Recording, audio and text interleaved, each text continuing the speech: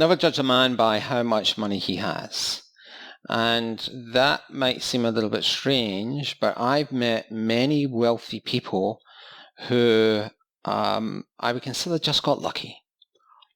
So for example, I'm thinking of one person in particular who over a conversation started a business, and through a connection somebody else funded that business, and through another connection another person helped him run the business, and he became phenomenally wealthy in a very short period of time.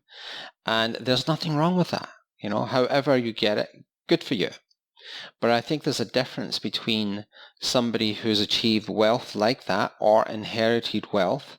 And it doesn't mean they're bad people, but who have inherited it without the trial and tribulation that go into lots of different businesses, or years in the business, and the highs and lows and the emotional roller coasters and everything else that's fun in business. I think that if you had a conversation with somebody who had been in business for 10, 20, 30 years, and that in itself is an accomplishment, regardless of what the revenue is, just to be able to feed yourself from your business is admirable. It doesn't mean that the person who has 10 times more money than that person is smarter. And in fact, in many cases, it isn't.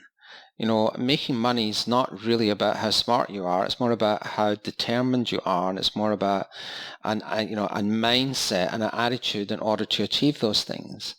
So don't automatically see someone who's driving a Ferrari and has $100 million and think that that person must be some kind of genius. Sometimes they are.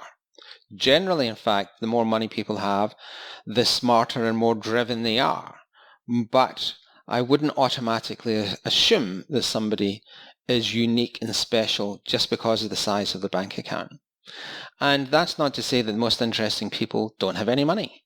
Not a lot of people, but I know a few people who are kind of habitual travelers and who have made adventurism their lifestyle.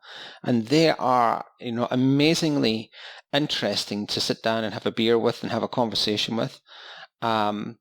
It doesn't mean they're less smart than somebody else who has more money. So I guess the point of this is you don't judge a book by its cover.